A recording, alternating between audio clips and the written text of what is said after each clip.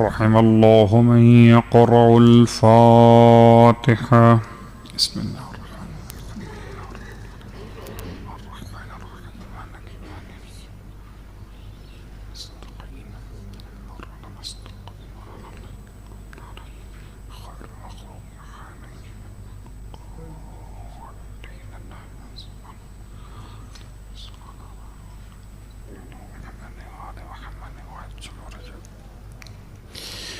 اعوذ باللہ من الشیطان اللعین الرجیم بسم اللہ الرحمن الرحیم الحمد للہ رب العالمین الصلاة والسلام علی اشرف الانبیاء والمرسلین سیدنا ابی القاسم محمد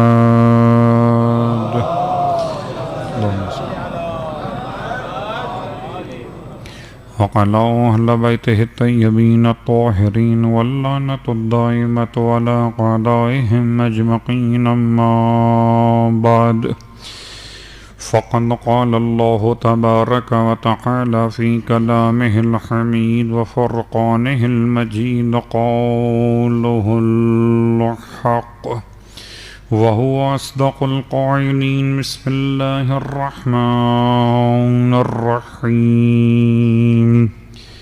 إنا هديناه السبيل إما شاكرا وإما كفورا إنا أعتدنا للكافرين سلاسل وأغلالا وسعيرا صلوات پڑھیں محمد وعلیہ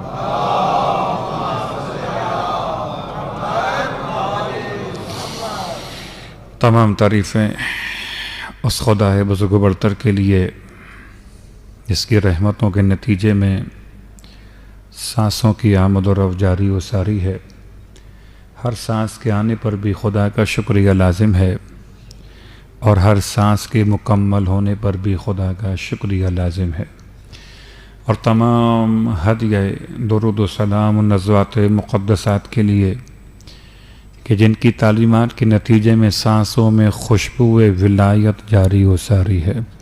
الحمدللہ الذی جعلنا من المتمسکین بالقرآن العظیم وجعلنا من المتمسکین بولایت علی بن ابی طالب علیہ السلام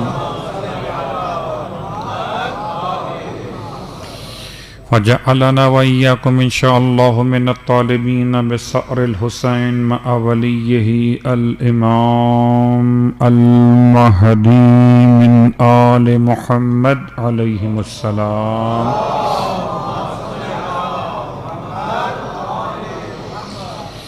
اما بعد شکر خدائے محمد و آل محمد کے فرش ولائے محمد و آل محمد پر تفسیر قرآن کے بہترین عنوان سے حاضر خدمت ایک طالب علم کی حیثیت لیے ہوئے مسلسل سلسلہ کلام 7ویں نشست میں داخل ہو رہا ہے. یقیناً سورہ مبارکہ حل عطا، سورہ مبارکہ الانسان، سورہ مبارکہ الابرار، سورہ مبارکہ المفتح، یہ مختلف نام سورہ حل عطا کے اور اس کی تفسیر کا بیان اس کے ساتھ ساتھ کہ انسان کی پہچان کے لیے سورہ مبارکہ انسان سے رہنمائی.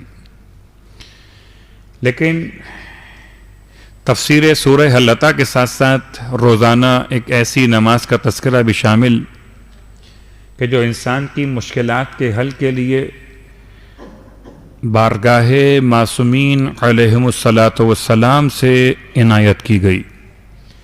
خدا کا بڑا احسان ہے کہ کسی کو پورے اپنے مکتب میں ایک معصوم بھی نصیب نہ ہو.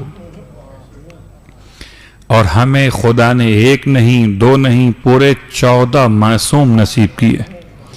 اگر 14 معصوم ملنے کے بعد بھی ہم معصوم کی مرضی کے نہ ہو سکے تو پھر خدا معلوم کون سا اور مکتب ایسا قائم کیا جائے جس میں معصوم کی مرضی کے لوگ منعقد ہو سکیں یا پائے جا سکیں.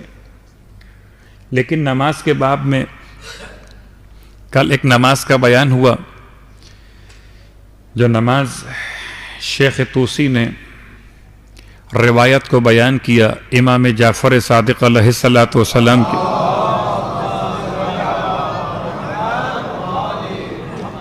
میں نماز کے طریقے کو ریپیٹ نہیں کر رہا، صرف اشارے کر رہا ہوں. انشاءاللہ آپ میں سے اکثر وہ ہیں جن کا یہ مسئلہ ہے کہ قرضے لے تو لیے ہیں مگر ادا نہیں ہو رہے. قرضے لینا بڑا آسان ہے.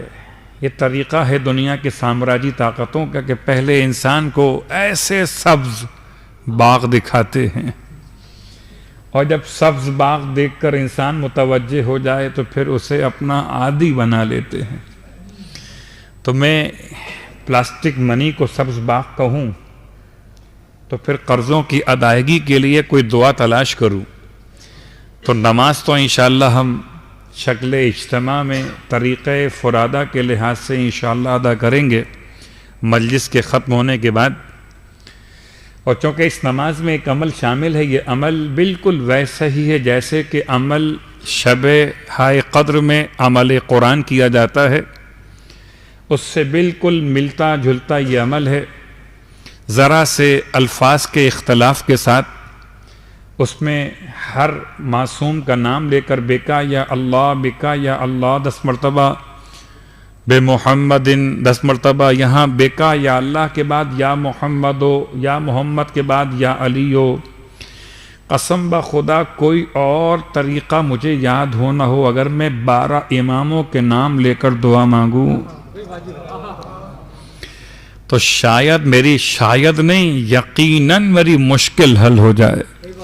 اگر دیوانہ دانہ ہو سکتا ہے تو قرض رکھنے والا قرض سے پاک کیوں نہیں ہو سکتا؟ جب کبھی اپنے لیے دعا کیجئے اور کچھ یاد ہو نہ ہو، یا محمد ہو، پہلے معصوم کون؟ پیغمبر، پھر جناب سیدہ مولائی متقیان الاخر، پورے 14 معصومین کے نام اپنے اعتبار سے اپنی زبان کے لحاظ سے لیجئے کہ نام اتنے حسین ہیں کہ خدا کا حسن نکھر جاتا ہے. تو یہ انشاءاللہ آج کے اعمال میں بھی شامل. ایک شخص ہے جس نے خط لکھا ہے امام محمد تقی جواد علیہ السلام کی بارگاہ مقدس میں،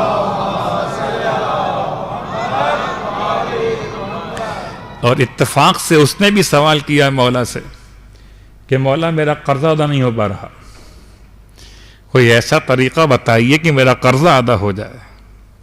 میں پھر بات کو دہراتا ہوں، قرضہ لینا آپ کا مسئلہ ہے، قرضہ ادا کرنے کی دعا بتانا معصوم کا مسئلہ ہے. آپ اپنے مسائل کو ٹھیک کیجئے. معصوم نے تو ہمیشہ سے اتنا عطا کیا ہے کہ دامن چھوٹا پڑ جاتا ہے. وہ دامن کہاں سے لاؤں جو آل محمد کی سخاوت کو سمیٹ لے. مجھے تو مانگنے کا طریقہ نہیں آتا، اتنا یقین ہے کہ طریقہ مجھے مانگنے کا نہیں آتا مگر ان کو دینے کا تو آتا ہے. تو معصوم کی بارگاہ میں سوال کیا کہ مولا مجھ پہ قرضہ بہت ہو گیا ہے، تو قرضے کو ادا کرنے کے لیے کوئی طریقہ بتا دیجئے. امام علیہ السلام نے 2 باتیں بیان کی.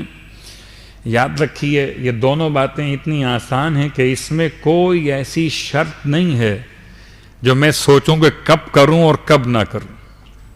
کبھی ہوتا ہے شرائط ہوتی ہیں کہ باوضو ہونا ہے، غسل کر کے آنا ہے. کبھی شرائط ہوتی ہیں کہ انسان کو قبلہ رخ ہو کے بیٹھنا ہے. کبھی شرائط ہوتی ہیں کہ انسان کو باطہارت رہنا ہے.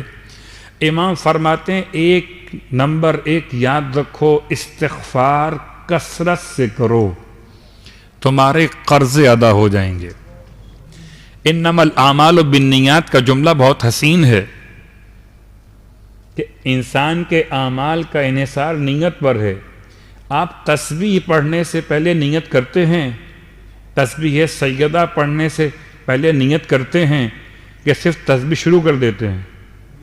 نیت کرنی چاہیے. نیت میں تسبیح سیدہ بجا لاتا ہوں اپنے فلاں کام کے لیے، اپنے فلاں کام کے لیے، اپنے فلاں کام کے لیے، قربتاً الی اللہ. ہماری اور آپ کی عادت کیا ہے؟ تسبیح کی التماس کی، تسبیح اٹھائی، اللہ اکبر اللہ اکبر، اللہ شروع ہو گئے. نہیں، نیت کیجئے کہ ہر عمل جو تقرب پروردگار کی علامت ہے اس میں نیت لازم ہے. اور پھر نیت میں اپنا مسئلہ بیان کیجئے. آپ تسبیح کیوں پڑھنا چاہتے ہیں؟ امام زمانہ علیہ السلام کی حفاظت کے لیے،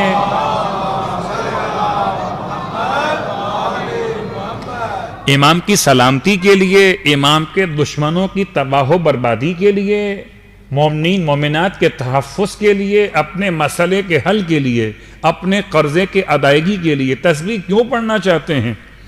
قسم بخدا اگر کوئی اور ذکر تسبیح سیدہ سے افضل ہوتا تو اللہ کا رسول اپنی بیٹی سیدہ کو وہی عطا کرتے. تو یہ تسبیح کی بات ہے. تسبیح سیدہ کے عنوان سے استغفار پڑھنے سے پہلے نیت کیجئے کہ میں استغفار کی تسبیح پڑھتا ہوں برائے ادائیگی یہ قرض، قربتاً الی اللہ. پھر بسم اللہ الرحمن الرحیم، پھر درود کی تلاوت، پھر پڑھیے استغفر اللہ ربی واتوب الیہ، استغفر اللہ ربی واتوب الیہ، استغفر اللہ ربی واتوب الیہ. ہم بغیر نیت کے، بغیر بسم اللہ پڑھے ہوئے، بغیر درود کا سہارا لیے ہوئے استغفار کو ویسے ہی لقلقہ لسانی سمجھ کے پڑھ لیتے ہیں. تو اس لیے اثر ویسا نہیں ہو پاتا جیسا کہ ہونا چاہیے. بڑے ادب کے ساتھ، انتہائی معذرت، جملے سخت ہو. صلوات پڑھے محمد و آل محمد.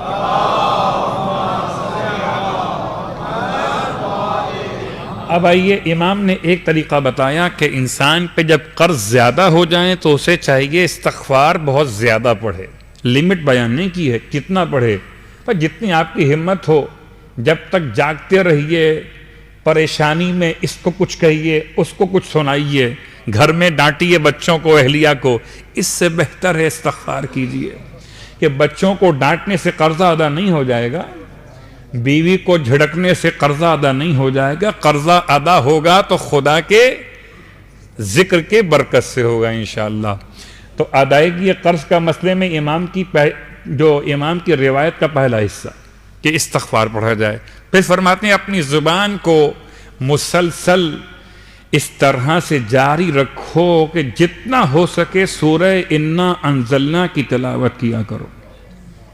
اٹھتے بیٹھتے، آفس میں کام کرتے ہوئے اگر آپ کا مسئلہ زبان کے استعمال کا نہیں ہے، آفس کے مسائل مختلف ہوتے ہیں.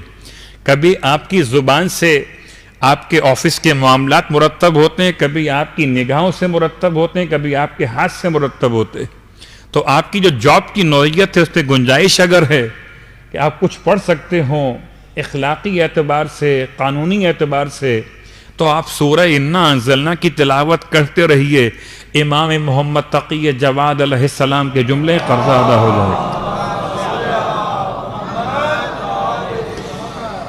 یہ تو بات تھی قرضوں کے حوالے سے. اب آئیے، اس سے پہلے کہ ہم داخل بحث انسان ہو جائیں، اس سے پہلے ایک جملہ کہ بہرحال شب جمعہ بھی، اور اتفاق سے آج ظہرین کی نماز کے بعد مسجد زہرا میں جو 15 منٹ کا لیکچر ہوتا ہے عربی زبان میں فقہی مسائل کا، اس میں ایک مسئلہ، اور وہی مسئلہ میں آج آپ کی خدمت میں ریپیٹ کر رہا ہوں.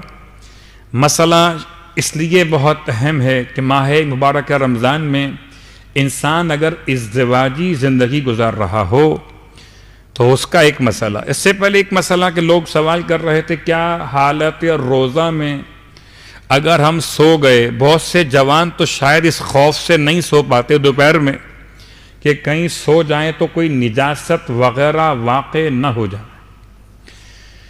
تو کیا انسان کے روزے پر اس کا اثر ہوگا؟ جواب، تمام مراجع الزام کے اعتبار سے روایات کی روشنی میں اگر کوئی انسان حالت روزہ میں سو جائے اور سوتے میں اس پر نجاست وغیرہ واقع ہو جائے تو اس سے روزے پر کوئی اثر نہیں ہوتا. اس لیے کہ اللہ کا رسول کا فرمان ہے رفع القلم عن الصائم عن النائم والصبی والمجنون، 3 پر سے تو قلم اٹھا دیا گیا۔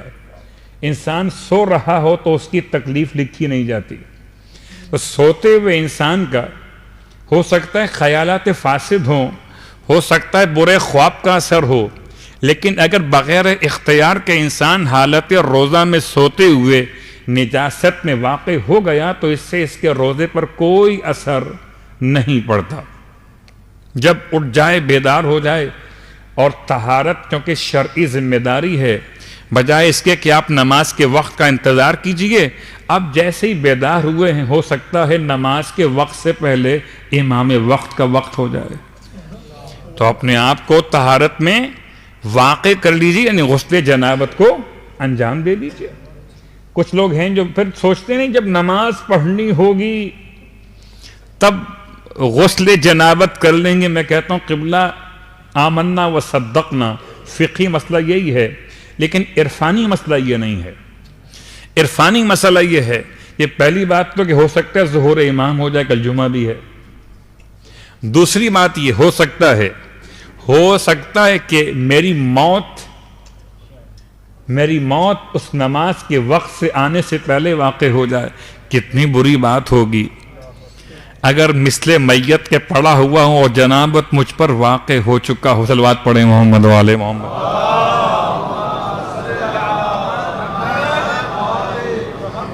تو ایک تو مسئلہ تھا دن کے مسائل کے حوالے سے روزوں کے باب میں، یہ جو فیملی کے بغیر لائف گزارنے والے جوانوں کا مسئلہ۔ اب فیملی لائف کے اندر ماہ مبارکہ رمضان کی راتوں میں انسان اگر کسی ایسے عمل سے دوچار ہو جائے جس میں غسل واجب ہو جاتا ہے، اور اگر اتنا وقت نہ ہو، یہ اس بات کا امکان بالکل ہے کہ انسان سحری کیے بغیر روزہ رکھ لے، اس بات کا بالکل امکان ہے کہ انسان کچھ پانی پیے بغیر روزہ رکھ لے، اس بات کا کوئی امکان نہیں ہے کہ انسان آمدن جنابت کی حالت پر فجر کی اذان سنے اور روزہ ہو جائے۔ روزے کی نیت نہیں ہو سکتی اگر اتنا کم وقت رہ گیا کہ آپ غسل نہیں کر سکتے، اتنا کم وقت رہ گیا کہ غسل نہیں کر سکتے، تیمم کیجئے، اس لیے کہ حالت جنابت میں آمدن انسان اگر روزے کے وقت میں داخل ہو تو اس کے لیے ایک تو روزے کی قضا کا مسئلہ، پھر کفارے کا مسئلہ۔ تو کہاں 61 روزوں کی بات کی جائے اور کہاں طریقہ تیمم یاد کر لیا جائے، ویسے ہی تیمم تو آنا چاہیے، اس لیے کہ طہارات ثلاث میں ایک تیمم ہے۔ تو تیمم کے لیے مٹی آپ کے بیڈ روم میں ہونا چاہیے، کچھ اور بیڈ روم میں رکھیے نہ رکھیے، دعا رکھیے، درود رکھیے، مگر مٹی ضرور رکھیے کہ ابو تراب کے ماننے والے تراب سے تو محبت کرتے، تو خاکش اللہم صلی اللہ۔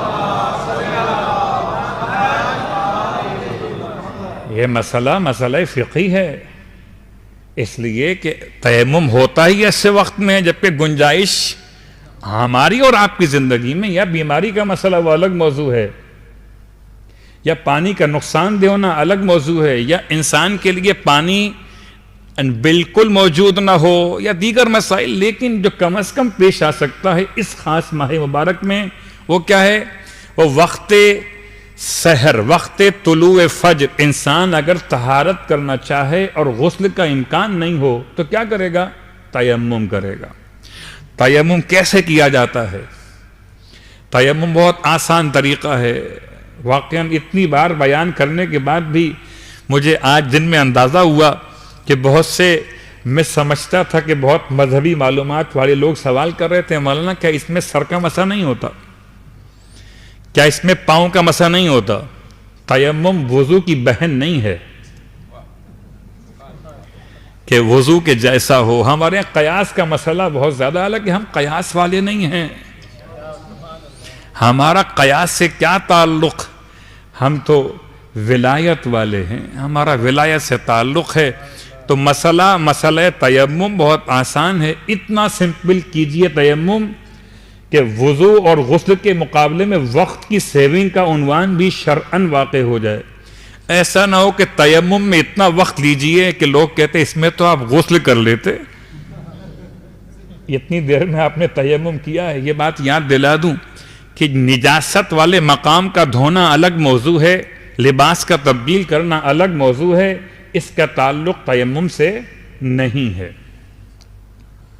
تیمم صرف اندرونی کیفیت طہارت کے لیے ہے کہ انسان پر جو غسل واجب تھا اور وہ نہیں کر پا رہا کہ وقت ختم ہو رہا، تو اس کے لیے روزے کی حالت میں داخل ہونے کے لیے آپ تیمم کیجئے، اور تیمم کے لیے مٹی ہو کہ خاک ہو کہ ریت ہو کہ کنکر ہوں، جو زمین سے متعلق چیزیں ہوں، اس پر دونوں ہاتھوں کو پہلے ہاتھ خالی کر لیجئے۔ اگر رنگز وغیرہ پہنتے ہیں تو اتار لیجئے، اگر کوئی رسٹ واچ آپ نے پہنی ہے اتنی ٹائٹ پہنی ہوئی کہ یہاں تک پہنچی تو اتار لیجئے، اس لیے کہ آپ کی جو کلائی ہے ہاتھوں کی یہاں تک تو آپ کے پورے دونوں ہتھیلیاں خالی ہونی چاہیے۔ اس کے بعد ہاتھوں کو مارنا ہے، رکھنا نہیں ہے۔ مارنے کے بعد آپ نے دونوں ہاتھوں کو نیت کر کے مارا ہے کہ تیمم کرتا ہوں بدلے غسل جنابت کے قربتاً الی اللہ، واجب کہیں یا نہ کہیں قربتاً الی اللہ لازم ہے، اس کے بغیر یہ عمل مکمل نہیں ہوگا۔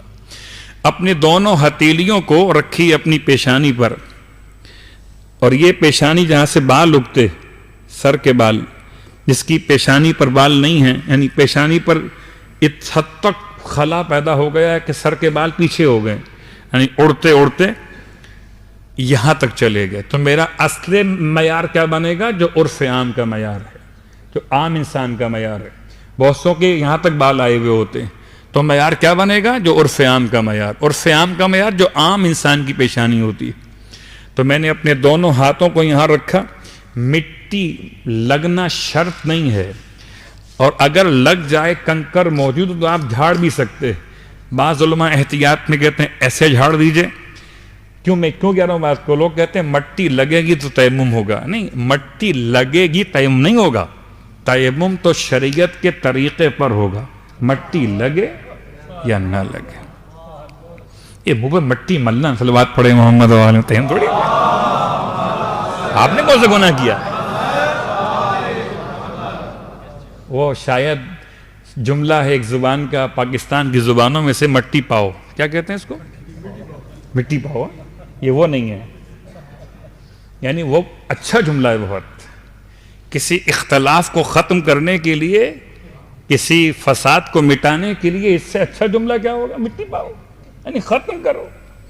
لیکن یہاں ختم نہیں کرنا، یہاں تو آپ نے مٹی کو مس کیا تھا، دونوں ہاتھ مارے تھے، ضرب کیا تھا، مارے تھے نیت کے بعد، اس کے بعد دونوں ہاتھوں کو رکھا اپنی اپنی پیشانی پر، پیشانی جہاں شروع ہوتی ہے، اور وہاں سے آپ نیچے لائے، اور پھر ذرا سا دائیں طرف، چونکہ میری پیشانی بہت چوڑی ہے، ذرا سا بائیں طرف، اس کے بعد پھر درمیان میں لا کر اپنی ناک کے اوپر والے حصے پہ اسے اتار دیا۔ چہرے پہ ہاتھ لگتا ہے، لگ جائے، اس میں کوئی حرج نہیں ہے، لیکن اصلاً آپ کی نیت کیا ہے؟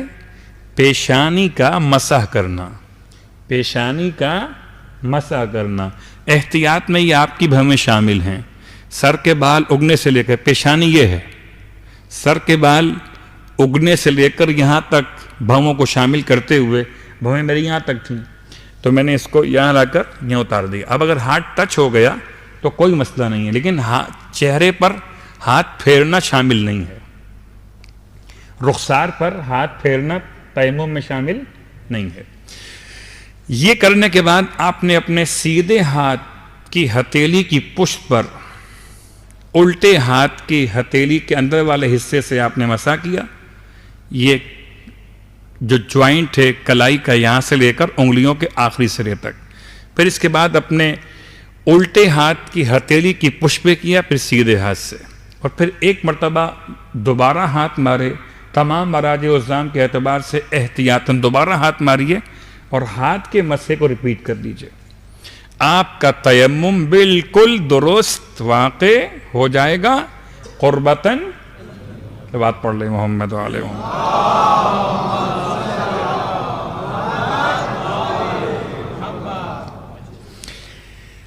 لوگ سوالات تو بہت سارے کرتے ہیں، تیمم تو بتا دیا مول صاحب، آدھے سر میں درد بھی ہوتا ہے، اس کا علاج بتائیے۔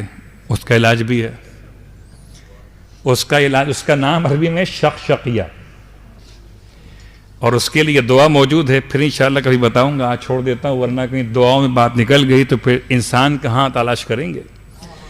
ابھی تو ہم انسان کی بحث میں تھے۔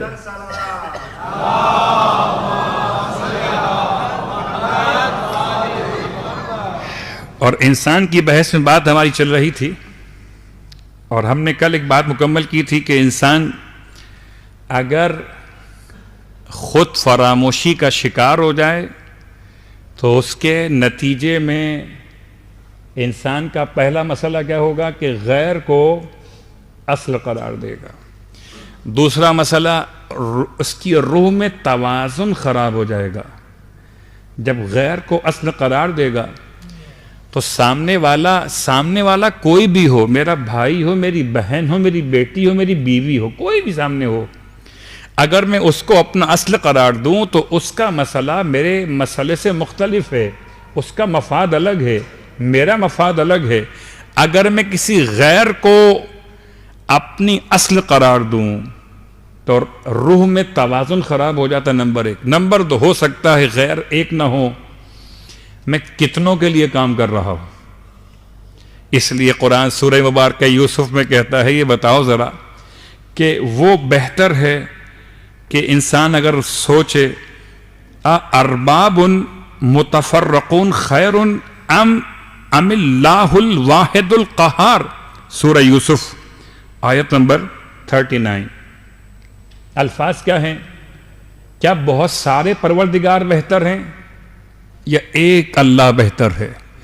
ویسے بھی سوچئے گا، خدا کا بڑا احسان ہے کہ معصوم 14 مگر پیغام ایک ہے، کربلا کے شہید 72 مگر راستہ ایک ہے، انبیاء 1,24,000 مگر ہدایت ایک ہے۔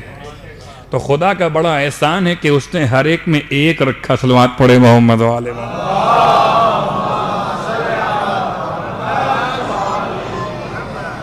کسی کے یہاں 4 ہیں تو 4 راستے الگ الگ ہیں، ہمارے یہاں 14 راستہ مگر ایک ہے۔ ارباب، کیا یہ بات بہتر ہے کہ ارباب رب کی جمع، متفرقون متفرق الگ الگ، خیر یہ بہتر ہے، ام اللہ یا اللہ بہتر ہے، الواحد القہار جو ایک ہے اور قہار ہے وہ بہتر ہے۔ تو انسان اگر سوچے کہ پروردگار نے کتنا لطف و کرم کیا کہ مجھے اور آپ کو در در کی غلامی سے ایسا بچایا کہ جہاں جھکتے ذلیل ہوتے، اس نے ہر در پر جھکنے سے بچاتے ہوئے اپنے در پر جھکایا تو عزیز کر دیا۔ اس کے بعد اگر انسان اپنے آپ کو فراموش کر دے تو اس کا ہدف اور مقصد کوئی بھی نہیں ہوگا۔ ہدف نہیں ہے، کوئی مقصد نہیں ہے۔ کیا مطلب؟ کبھی سوچے گا یہ گروپ بہتر ہے، یہاں چلا جاؤں، کبھی سوچے گا وہ گروپ بہتر ہے۔ میں نے لفظ گروپ استعمال کیا بڑے احتیاط کے ساتھ، مجھے الفاظ کا انتخاب کرنے میں ذرا سا دقت تو ہوتی ہے، لیکن جب دقت ہوتی ہے تو پھر پروردگار کی طرف سے حجت مل جاتی ہے کہ انسان اگر خود اپنے خدا کی طرف سے دیے ہوئے عقیدہ توحید پر آگے نہ بڑھ رہا ہو تو کیا ہوتا ہے؟ پھر سوچتا ہے کہ یہ بہتر ہے کہ وہ بہتر ہے۔ اس لیے قرآن کہتا ہے مذبذبین بین ذالک لا الہ اولائے ولا الہ اولائے، یہ سورہ نساء کی آیت کہ ان کی حالت کیا ہے؟ مذبذبین، یہ تذبذب میں ہیں، یہ تذبذب میں ہیں کہ نہ تو ان کے ساتھ پورے ہیں نہ تو ان کے ساتھ پورے ہیں۔ وہ کہتے ہیں جی ہو سکتا ہے یہ کام آ جائے، ہو سکتا ہے وہ کام آ جائے، تو تھوڑا سا یہاں بھی کچھ سلام کر لو، تھوڑا سا وہاں بھی سلام کر لو۔ اس سے آج کی زبان میں کہتے ہیں نیوٹرل ہو جانا، شاید پتہ نہیں لفظ مناسب ہے یا نہیں، یا دونوں کو خوش کرنا۔ دونوں خوش نہیں ہوتے، بہت سنگین جملہ ہے کہ اگر دھوبی کا کوئی پالا ہوا حیوان ہو اور راستہ اپنے گھر کا راستہ چھوڑ دے تو نہ گھاٹ کا رہتا ہے نہ گھر کا رہتا ہے۔ صلوات پڑھے محمد والے محمد۔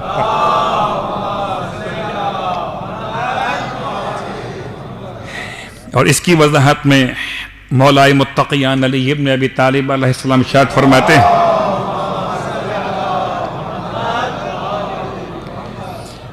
فرماتے ہیں یمیلون مع کل ریح، یمیلون مائل ہو جاتے ہیں ہر ہوا کے آنے پر، یمیلون چل پڑتے ہیں ہر ہوا کی سننے پر، جہاں سے خدا کا بڑا احسان ہے، ہم جہاں سے نہیں صرف وہاں سے مانگتے ہیں۔ اسی لیے دوسرا مسئلہ واضح ہو گیا کہ اگر یہ اپنے آپ کو بھول جائیں تو ایک نقصان کیا ہے کہ ان کا مقصد و ہدف ختم ہو جائے گا۔ اس کے بعد حالات کی تبدیلی کے لیے نہ تو یہ آمادہ ہوتے ہیں اور نہ قدرت پیدا کر پاتے ہیں۔ بیٹھے ہوئے حالات تبدیل کیسے ہوں گے؟ حضرت نوح کی قوم کے حالات کیا تھے؟ موسیٰ علیہ السلام کی قوم کے حالات کیا تھے؟ اور دیگر اقوام عالم قوم عاد و سمود کے حالات کیا تھے؟ ہاتھ پر ہاتھ رکھ کر بیٹھے ہیں۔ کیوں؟ کہ اپنے آپ کو بھول گئے۔ جس دن انسان نے اپنے آپ کو یاد کر لیا، اپنے آپ کو پہچان لیا، اس دن انسان اپنے ہدف کو بھی جان لے گا۔ اس دن انسان میں یہ صلاحیت و طاقت پیدا ہو جائے گی کہ حالات کو بدل سکے۔ حالات کیسے بدلیں گے؟ مثال دیتا ہوں آپ سے التماس ہے، جو دور بیٹھے میں قریب آئے، ذرا آئیے، قریب آ جائیے، جگہ بہت ہے، آئیے، بسم اللہ، قریب آئیے۔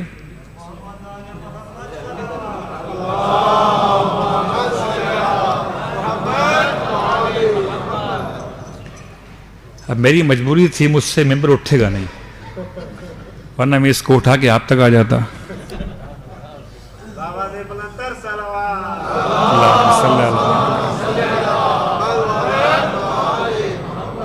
آپ اٹھ کر آگے آئے نہیں آئے؟ تو جب انسان اپنے ہدف کو پہچانتا ہو، اپنی ذات کو پہچانتا ہو، تو پھر اس کے لیے آسانی ہے کہ حالات کو تبدیل کر سکتا ہے۔ پہلی جگہ خالی تھی، اب بھر گئی۔ جیسے آپ یہاں تک آئے ایسے امام تک پہنچیں گے انشاءاللہ۔ صلوات پڑھ لے محمد و آل محمد۔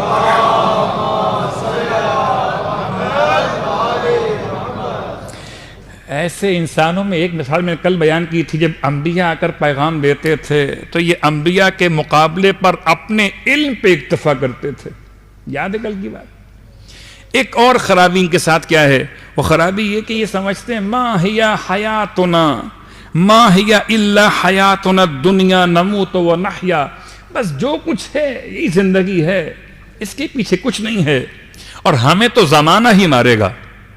کچھ لوگ ہیں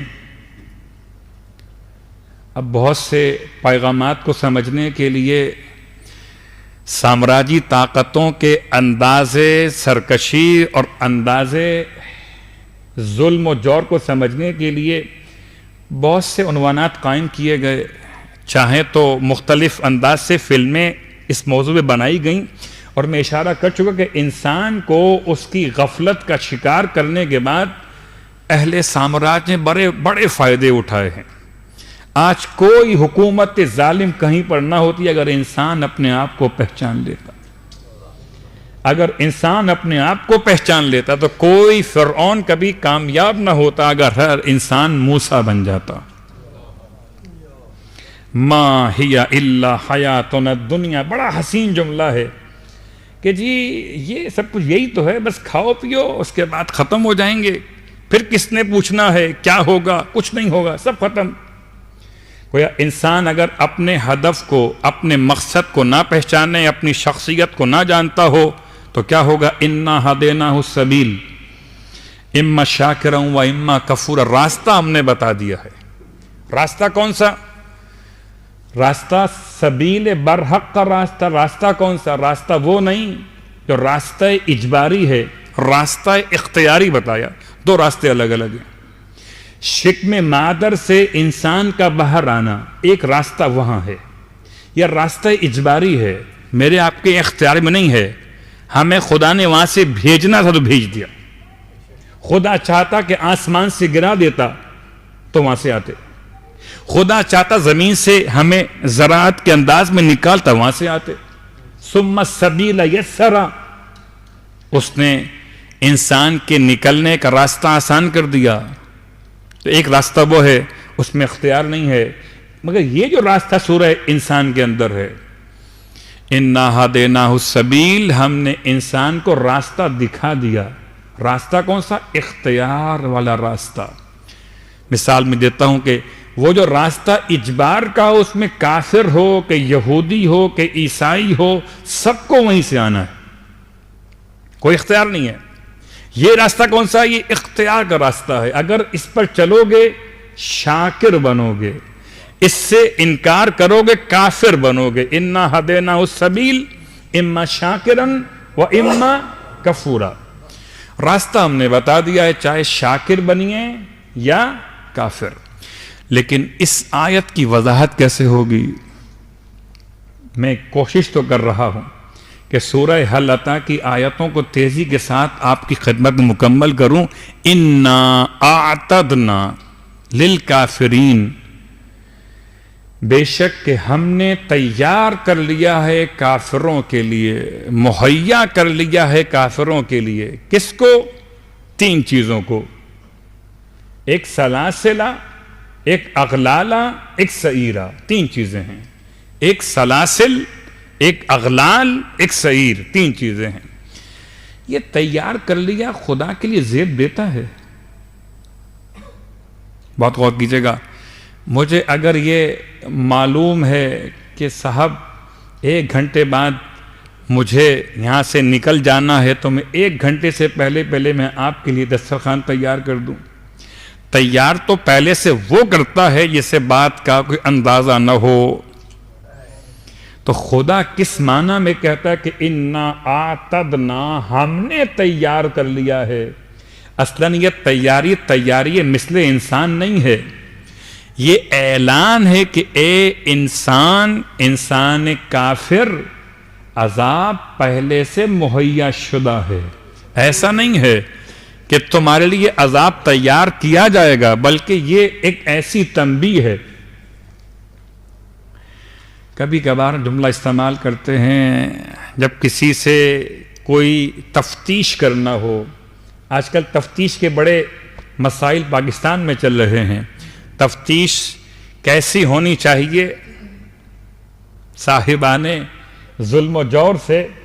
تفتیش کا مطلب یہ کہ ڈرائنگ روم آپ کے لیے تیار. اس کا مطلب کیا ہے؟ صرف ڈرانے کی کیفیت ہے کہ تمہیں وہاں پر جانا ہے. اِنَّا هَدَيْنَاهُ السَّبِيلَ اِمَّا شَاكِرًا وَإِمَّا كَفُورًا. اے کفر اختیار کرنے والے، اِنَّا أَعْتَدْنَا لِلْكَافِرِينَ. اب خدا کہتا ہے ہم نے تیار رکھا ہوا ہے. جب خدا کا تیار کیا ہوا ہو تو انسان کو ڈرنا چاہیے. یہ الفاظ مولائے متقیان علی ابن ابی طالب علیہ السلام کے دعائے کو میل میں ہے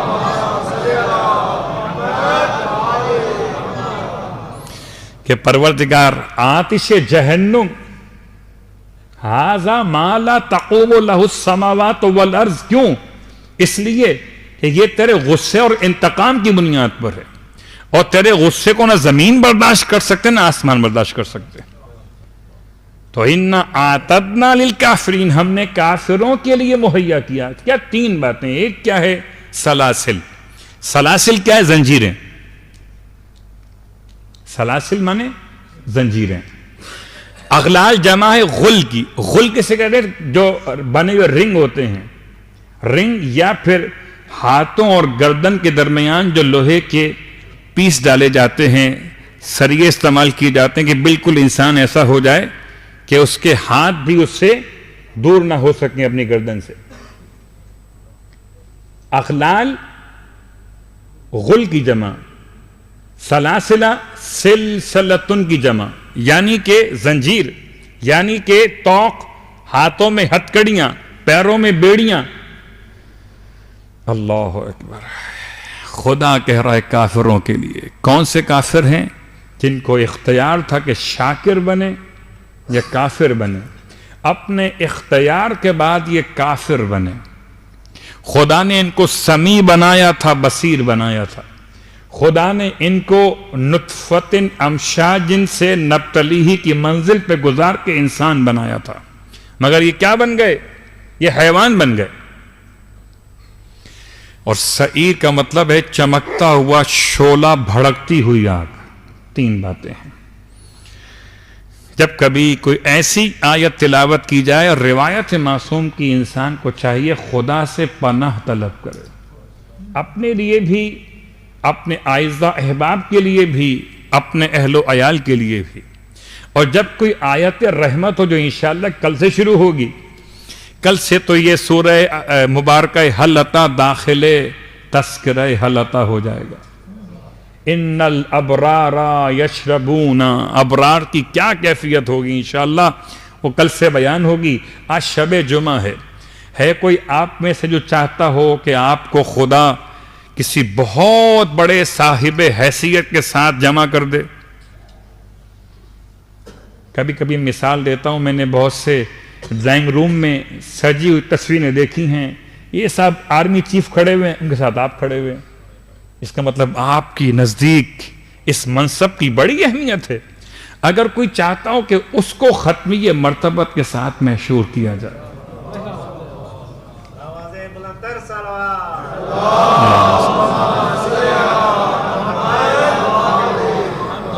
اگر کوئی چاہتا ہو کہ اس کو اللہ کے رسول کے ساتھ جمع کیا جائے، تو روایت ہے امام محمد باقر علیہ السلام کی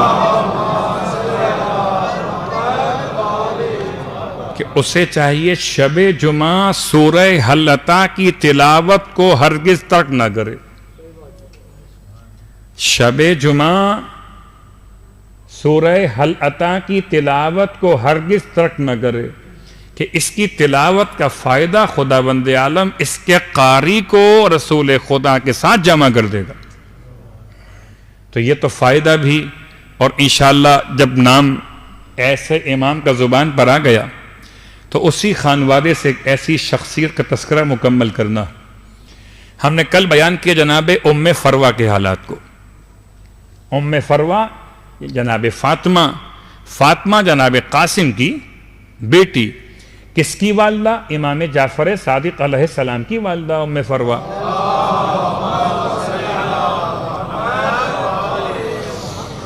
اور دیکھیے بات بڑی آسان سی ہے کہ جن کے والدین حیات ہیں ان کو اندازہ ہونا چاہیے. اللہ کے رسول کی بارگاہ میں کسی نے سوال کیا، یا رسول اللہ میرے والدین کی کیا حیثیت ہے، مختصر بتا دیجئے. ہو سکتا ہے آپ میں سے کوئی اپنے والدین سے ناراض ہو سکتا ہے. لوگ تو خدا سے ناراض ہو جاتے ہیں، تو ماں باپ کی تو حیثیت ہی کیا ہے. لیکن خدا سے ناراض ہو جانے والے خدا کے شاکر بندے نہیں ہو سکتے. وہ شاکی تو ہوتے ہیں، شاکر نہیں ہوتے. اور ہم نے شاکر بننا ہے، شاکی نہیں بننا. کبھی انسان خدا کی نعمتوں کو یاد کرے تو سمجھ میں آئے کہ شکوہ نہیں ہے، صرف شکر ہی شکر ہے. جو دیا ہے اس پر شکر ہے، جو نہیں دیا اس پر بھی شکر ہے. اس لیے کہ بہت سوں کو بہت کچھ مل جائے تو وہ آپے سے باہر نکل جاتے ہیں. صلوات پڑھے محمد و آل محمد.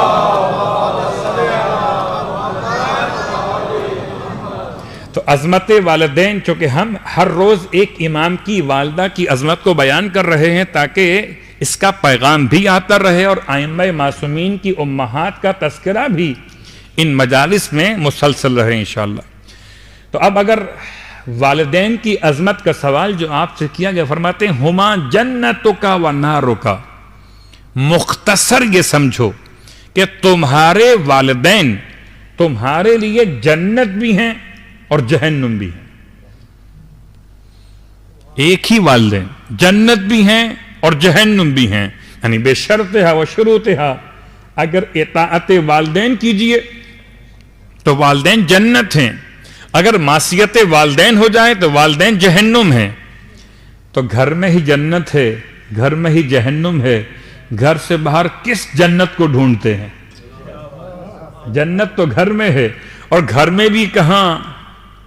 الماری میں نہیں ہے، لاکر میں نہیں ہے، کچن میں نہیں ہے، ڈرائنگ روم میں نہیں ہے، ماں کے قدموں کے نیچے. صلوات پڑھے محمد و آل محمد.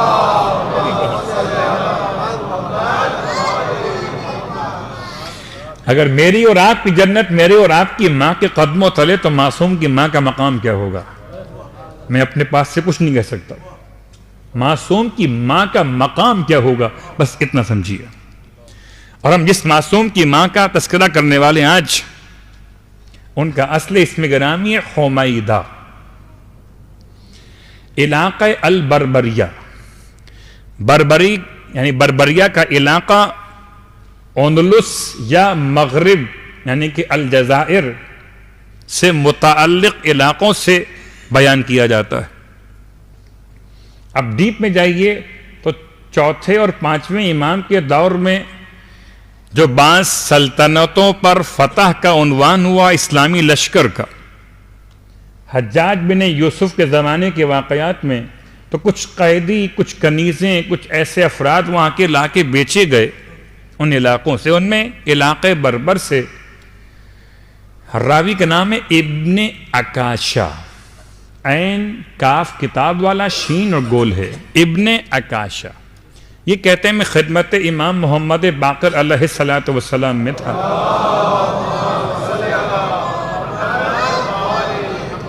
یا امام نے مجھے طلب کیا، امام نے مجھے بلایا کہ ابن عکاشہ آج تم سے اہم کام لینا ہے. جی کیا کام لینا ہے مولا؟ فرمایا دار میمون میں جائیے، ایک محلہ تھا مدینے کے باہر، دار میمونہ، وہاں جائیے اور وہاں ایک شخص جو کنیزیں بیچتا ہے لا کر ان علاقوں سے، وہ کنیزیں لے کر آیا ہے. وہ آپ کو کنیزیں دکھائے گا خرید و فروخت کے عنوان سے، تو جو وہ دکھائے گا وہ چھوڑ دیجیے گا. اور ایک کنیز جو ہم صفات بتاتے ہیں، جب آپ اس سے کہیں گے تو کہے گا وہ تو بیمار ہے، وہ تو بیمار ہے. آپ اس سے اصرار کیجیے گا مجھے وہی چاہیے. وہ جو قیمت بتائے گا یہ ہم آپ کو دیتے ہیں بند، پاؤچ، پیسے کی پوٹلی، اردو میں گاڑی، اردو میں پیسے کی پوٹلی، یہ آپ تھام لیجئے، یہ اس کو دے دیجیے گا اور وہ کنیز خرید کر لے آئیے. اگر کوئی مجھ جیسا ہوتا کہتا مولا رکیے میں گن تو لوں پہلے. وہ اگر کچھ پیسے بتائے اس میں پیسے کتنے نکلیں تو نہیں معلوم. سلام ہو ائمہ کی معرفت رکھنے والے اصحاب پر، سر جھکا کے چلا. اب ساری دنیا ادھر سے ادھر ہو سکتی ہے، چاند کا حساب بگڑ سکتا ہے، سورج کی رفتار کا نظام بگڑ سکتا ہے، مگر قول معصوم میں کوئی فرق نہیں آ سکتا. وہ لے کر چلا یہ رقم کی تھیلی اور پہنچا علاقہ دار میمونہ، مدینے کے باہر ایک محلہ. اور وہاں پہنچ کر وہ جو بردہ فروش کہلاتے تھے، کنیز بیچنے والے، غلام بیچنے والے، اب تفصیل کا تو وقت نہیں ہے، کنیزیں کیوں بکتی تھیں، غلام کیوں بکتے تھے، زمانہ کیسا تھا، بہرحال یہ یاد رکھیے کہ اہل بیت اطہار نے کنیزوں اور غلاموں کی رہائی اور آزادی کے لیے ایسے نظام بنائے خدا کی طرف سے کہ آہستہ آہستہ نہ کوئی غلام رہا. بکتے تو آج بھی ہیں، وہ الگ بات ہے، مگر نہ کوئی غلام رہا نہ کوئی کنیز. اور وہ جا کے کہتا ہے کہ مجھے کنیز چاہیے، کہ یہ 2 کنیزیں موجود ہیں، ان میں سے جو آپ چاہیں خرید لیجئے. کہ نہیں مجھے اس طرح کی کنیز چاہیے جیسے امام نے اسے اوصاف بتائے تھے، کیونکہ اوصاف روایت میں لکھے نہیں، اس لیے بیان نہیں کر رہا. کہ اس طرح کی دوشیزہ خاتون تو ایک میرے پاس ہے، وہ بیمار ہے. کہ مجھے وہی بیمار چاہیے. مجھے لفظ بیمار سمجھ کر مجھے حضرت ابراہیم علیہ السلام کا لفظ سقیم یاد آ گیا. انی سقیم، میں بیمار ہوں. کچھ ایسی بیماری ہوتی جو انسان کے ایمان کی سلامتی کا عنوان بن جاتی ہے. کہ مجھے وہ بیمار چاہیے. کہ وہ تو بہت مہنگی ہے، پورے 1 کم بھی نہیں ہوگا، 70 دینار سرخ. کتنے؟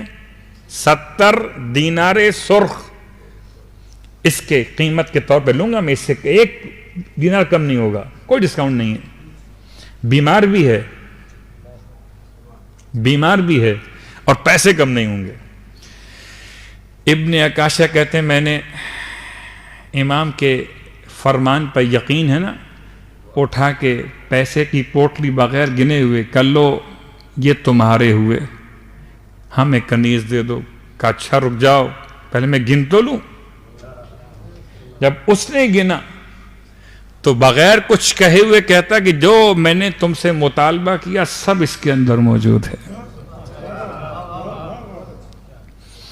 70 دینار سرخ ابن عکاشہ نے اس کے حوالے کیے، اور یہ اندر سے کنیز کو لے کر آیا اور لا کر ان کے حوالے کیا۔ کہتے ہیں یہ حیا اور حجاب وہ کیفیت تھی اس خاتون مقدس کی کہ میں اپنے ساتھ لے کر چلا۔ جب خدمت امام میں پہنچا، امام نے اپنے اہل بیت اطہار کے درمیان اس خاتون کو روانہ کیا، اور پھر گھر میں خوشیاں منائی گئیں۔ امام فرماتے ہیں اپنے فرزند امام جعفر صادق علیہ السلام سے کہ بیٹا یہ آپ کے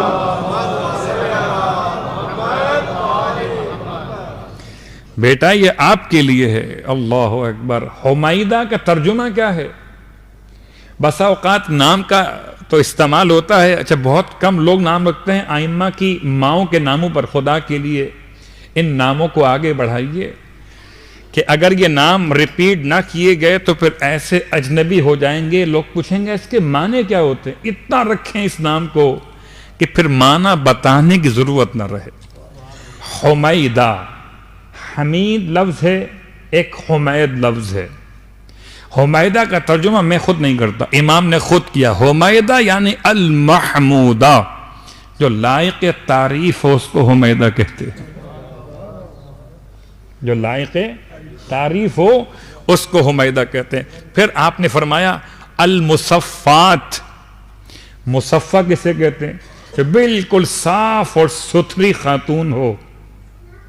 یہ صاف ستھری وہ نہیں جو آپ کے ہمارے الفاظ کے اعتبار سے صاف ستھرے نہا کر آ گئے، نہیں۔ المصفات من الادناس، ہر قسم کی دنس سے، ہر قسم کی چھوٹی خراب باتوں سے بھی جس سے خدا نے پاک اور پاکیزہ رکھا اسے حمیدہ کہتے ہیں۔ المصفات من الادناس کالسبیکۃ الذہب۔ امام نے مثال دی، کیا مثال دی؟ جب کبھی سونار کے پاس جائیے تو سونار لوہے، جب سونے کے ساتھ ایک عمل اختیار کرتا ہے کہ سونے کو گرم کرتا ہے، اس کو اتنا گرم کرتا ہے کہ اس سے جو میل کچیل ہے وہ الگ ہو جائے اور خالص سونا رہ جائے۔ امام فرماتے ہیں جیسے ذہب سبیکہ ہو جاتا ہے ایسے خدا نے اس خاتون کو مصفات بنایا ہے۔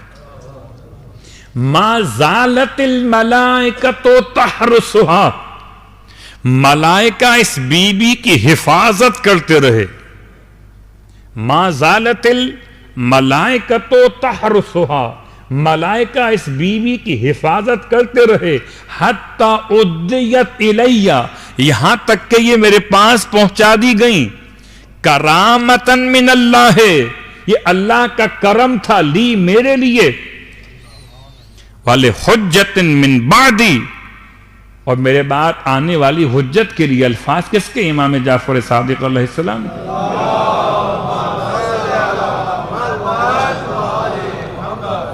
حضرت حمیدہ المصفات بڑا مقام ہے، یعنی ایسا مقام علمی ہے کہ بسا اوقات میرے مولا بعض فقہی مسائل کے لیے خواتین کو حمیدہ کے پاس بھیج دیا کرتے تھے کہ جائیے اپنا مسئلہ حمیدہ سے معلوم کیجئے، حمیدہ سے معلوم کیجئے۔ مسئلہ کیا ہے؟ عبد الرحمن کا سوال اس کی خاتون کے حوالے سے کہ دوران حج ایک نو مولود خدا نے اولاد عطا کی حج کے دوران، یعنی مکے پہنچ کر بیٹا ہوا ہے، اب اس کی طرف سے حج کیا جائے گا، عمرہ کیا ہوگا، اس کا احرام پہنے کہ نہ پہنے؟ تو جناب حمیدہ سے مسئلہ پوچھا گیا خواتین کی طرف سے، تو آپ نے مسئلے کا جواب دیا کہ ولی نیابت کر لے بچے کی تو کافی ہے، اور بچے کو چاہو تو سلے ہوئے لباس سے ہٹا کر بغیر سلے ہوئے کپڑوں میں بطور احرام لباس پہنا دو، مگر ولی نیابت کرے گا بچے کی طرف سے۔ حمیدہ مصفات کا مسئلہ بیان کرنا، یعنی امام کے گھر کی خاتون، ساتویں امام کی والدہ 3 اولادیں ہو چکی، چوتھی اولاد امام موسی کاظم علیہ السلام تھے۔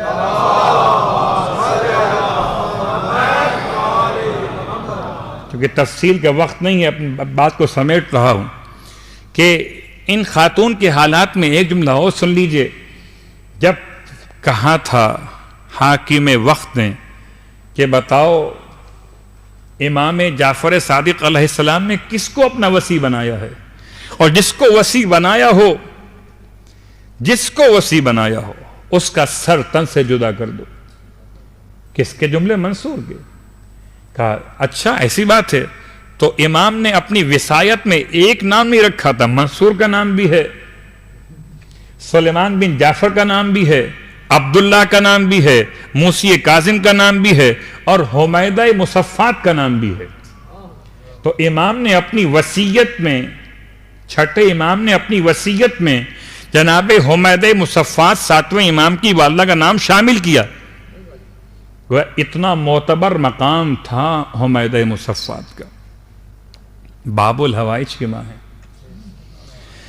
کیا خدمت کی ہے چھٹے امام کی، اور کیا اظہار محبت دیا 7ویں امام کو۔ بس یہ جملہ کافی ہے۔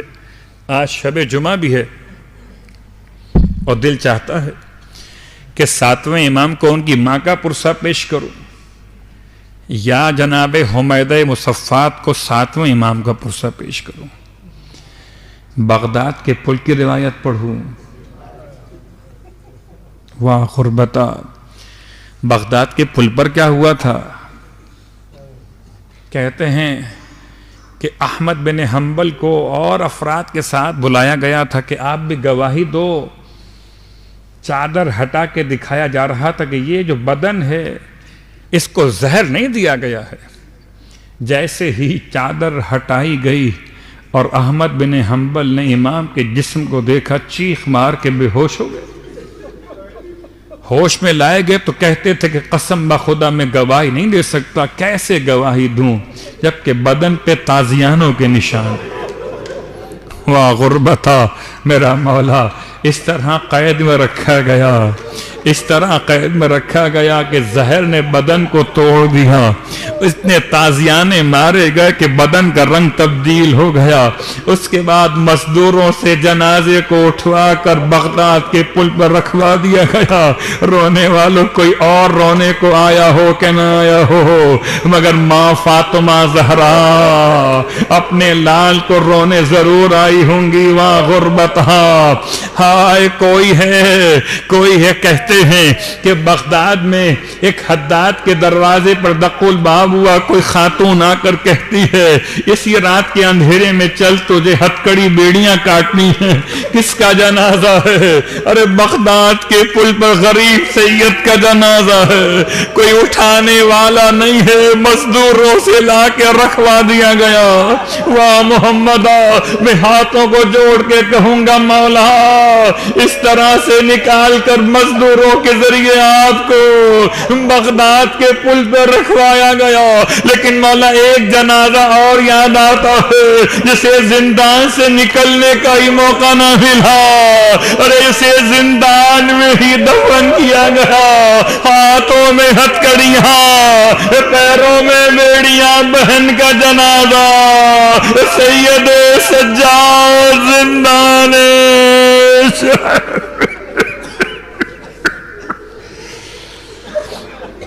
اللہ ولعنت اللہ علی القوم الظالمین وسیعلم الذین ظلموا ای منقلب ینقلبون۔ بار اللہ واسطہ محمد و آل محمد کا ہماری اس عبادت کو اپنی بارگاہ میں قبول و مقبول فرما۔ بار اللہ واسطہ محمد و آل محمد کا جناب حمیدہ کا واسطہ پروردگار تمام مانگنے والوں کی مرادیں پوری فرما۔ باب الحوائج کا واسطہ پروردگار جو حاجتیں لے کر آگے بیٹھے ہیں ان کی حاجات شرعیہ کو پورا فرما۔ بار اللہ واسطہ محمد و آل محمد کا شب جمعہ ہے پروردگار، ماہ رمضان کی پہلی شب جمعہ ہے پروردگار، واسطہ آل محمد کا شب جمعہ تو کوئی مانگنے والا خالی ہاتھ نہیں جاتا پروردگار، ہاتھ اٹھائے ہوئے، دامن پھیلائے ہوئے، واسطہ جناب سکینہ کا پروردگار، ہر واسطہ عباس علمبردار کا تمام کی مرادیں پوری فرما۔ بار اللہ واسطہ محمد و آل محمد کا دنیا بھر کے تمام تر صاحبان ایمان کی داد رسی فرما، تمام اہل باطل کو نیست و نابود فرما۔ بار اللہ واسطہ محمد و آل محمد کا امام زمانہ علیہ السلام کے ظہور میں تعجیل فرما۔ شب جمعہ ہم سب کو کربلا معلیٰ کی زیارت نصیب فرما، مرنے کے بعد کربلا والوں کی شفاعت نصیب فرما، جنت میں کربلا والوں کے قدموں میں غلاموں کو جگہ نصیب فرما، ہمیں بھی ہمارے مرحومین کو بھی امام زمانہ علیہ السلام کے غلاموں میں شامل فرما۔ ایک مرتبہ سورہ الحمد اور 3 مرتبہ سورہ اخلاص کی تلاوت کی التماس آج کی افطار جناب سید ظفر اسماعیل نقوی اور جناب اقبال حسین کرمانی کی جانب سے تھی۔ ان کے مرحومین کے لیے سید ناصر حسین نقوی، سیدہ